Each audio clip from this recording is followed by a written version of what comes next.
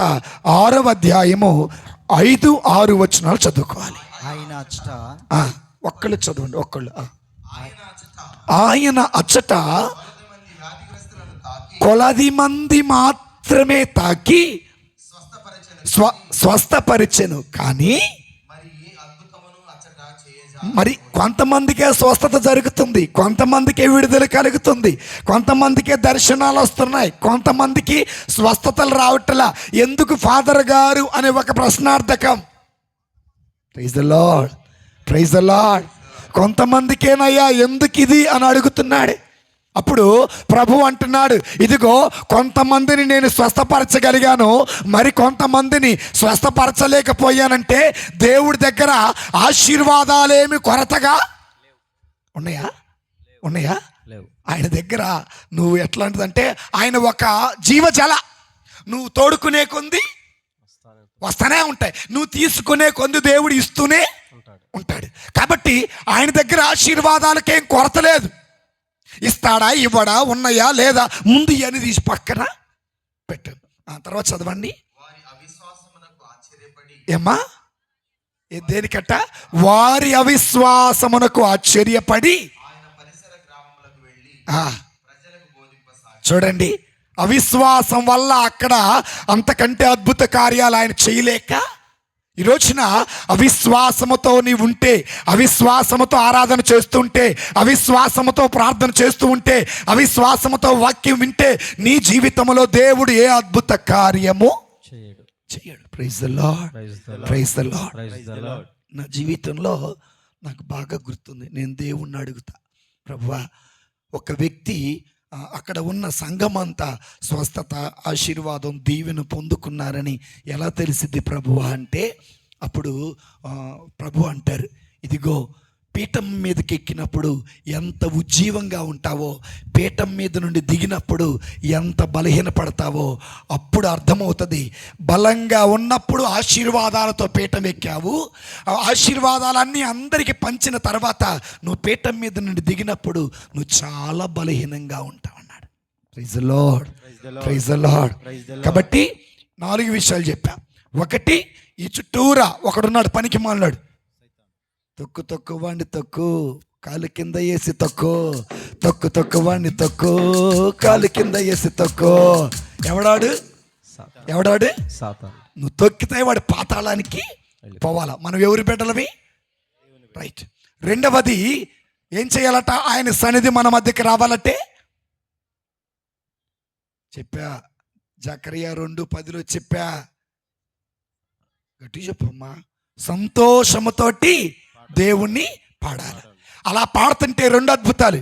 ఒకటి, దేవుడు మన మధ్యకు వస్తాడు, మన ఊరు చుట్టూరు అగ్ని వలె కంచవలే కాపుగా ఉంచుతాడు. మూడవది, నిన్ను ముట్టినవాడు నా కను గుడ్డును గుర్తుపెట్టుకోండి. అందుకే ఇది ఏది జరగకుండా ఉండాలంటే మనము లేచి ప్రభువుకి ఆరాధన చేయాలి. అగండి కూర్చొని చెప్తా. ఇంకొకటి, యేసు ప్రభువారు బెతానియా గ్రామంలో మార్తమ్మ మరియమ్మ ఇంటికి వెళ్ళారు. మనలో కూడా మార్తమ్మలు ఉన్నారా లేరా? యేసయ్య మా ఇంటికి రా అని పిలిచింది ఎవరో? మార్తమ్మ పిలిచింది. యేసయ్య పాదాల దగ్గర కూర్చొని విన్నదెవరు? పిలిచినవరెవడు? విన్నదెవరు? అప్పుడు మరియమ్మేమో ఆయన దగ్గర కూర్చొని చక్కగా వింది, జీవపు వాక్యాన్ని పొందుకుంది, దేవుని ఆత్మీయతని అనుభవించింది. మార్తమ్మ కంప్లైంట్ చేస్తుంది, నేనేమో అన్ని పనులు చేస్తున్నా, మీ ఇద్దరు కలిసి ముచ్చటి. రేపటి రోజున అద్భుతం జరిగినప్పుడు, స్వస్థత జరిగినప్పుడు, ఆత్మ నీ మీద దిగి రానప్పుడు నువ్వు కూడా కంప్లైంట్ ఇస్తావు. 3 రోజులు ప్రార్థన వచ్చింది, ఏం జరిగింది మీకు? అనవసరంగా ఖర్చు. కంప్లైంట్ జరిగిద్దా లేదా? నీవు ఆయనతో కూర్చొని సమయం గడపకపోతే, ఆయన చెప్పేది నువ్వు వినకపోతే, మార్తమ్మలాగా నువ్వు కూడా కంప్లైంట్ ఇస్తావు. ఎవరికి? యేసయ్యకి ఇస్తావు. అయితే కంప్లైంట్ ఇవ్వకుండా ఉండటానికి యేసయ్య ఏమన్నాడు తెలుసా? మార్తమ్మ, మార్తమ్మ, నీవు అనేకమైన పనులతో గట్టి చెప్పండి, విచారపడుతున్నావు, సతమతం అవుతున్నావు. ఎందుకు ఈ మాట అన్నారు తెలుసా? సర్వ సృష్టికర్తను నేను, సకల ఆశీర్వాదాలు వసగే దేవుడు నేను, సకల స్వస్థత ఇచ్చేది నేను, సకల బ్రతుకులు బాగు చేసేది. అలాంటి వ్యక్తినైన నన్ను నీ ఇంట్లో పెట్టుకొని ఫుడ్ గురించి ఆలోచిస్తున్నావా? ఆనాడు 5 రొట్టెలు 2 చేపలు ఆశీర్వదించింది. ఆకలేస్తే కానాను దేశంలో, ఏ దేశంలో? కానాను దేశంలో పంట పండి పంట చేతికి వచ్చే వరకు వాళ్ళకి మన్నా భోజనం పెట్టింది నేను కాదా? దాహం వేస్తే వాళ్ళ దప్పిక తీర్చింది. అంత సర్వశక్తిమంతుడైన నేను నీ ముందుండగా అనేకమైన పనులతో సతమతమవుతావు ఎందుకు మార్తమ్మ అని మార్తమ్మని మందలించాడు. ఇవన్నీ ఎందుకు చదువుతున్నా? ఈ రోజున మన జీవితం 3 కార్యాలు. 1 ఆరాధన, 2వది వాక్యం, 3వది పవిత్ర తైలాభిషేకం, 4వది వెలుగు స్వీకరణ. ఇవన్నీ అయిపోతే తెల్లారిద్ది. Praise the lord, praise the lord. ఏమైందండి? పర్వాలేదండి అన్నవాడు చప్పలు కొట్టండి. Very good, very good. అయ్యా మిరపకాయలే పోవాలయ్యా, తొడియాలు తీసుకోవాలయ్యా, పత్తి కంపెనీలోకి వెళ్ళాలయ్యా అన్నవాడు గట్టిగా చప్పలు కొడతారు.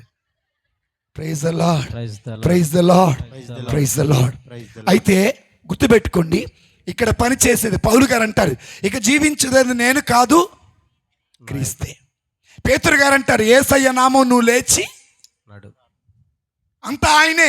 మరీదాస్ ఫాదర్ గారు చేసేది ఏముండదో, నా నోటిలో ఉన్న మాట మైక్ ద్వారా ఎలాగైతే వస్తుందో సర్వశక్తి మంతుడు కూడా ఆయన మాట్లాడాలి అనుకున్న ప్రతి మాట నా ద్వారా మాట్లాడించునుగాక. మీ ఆమెను సప్పగా ఉంది. Praise the lord, praise the Lord. అంటే ఎప్పుడు పెడతారు, ఎప్పుడు వెళ్దామన్నా అంటున్నారు. Praise the Lord. అయ్యా ఉజ్జీవంగా సంతోషంగా స్తుతిగానాలతో మేము పాటలు పాడి ప్రభుని ఆరాధించి ఆ దేవుని సన్నిధి పీఠం మీద కాదు మా మనసుల్లో నిలుపుకుంటామన్న వాళ్ళు లేచి నిలబడదాం.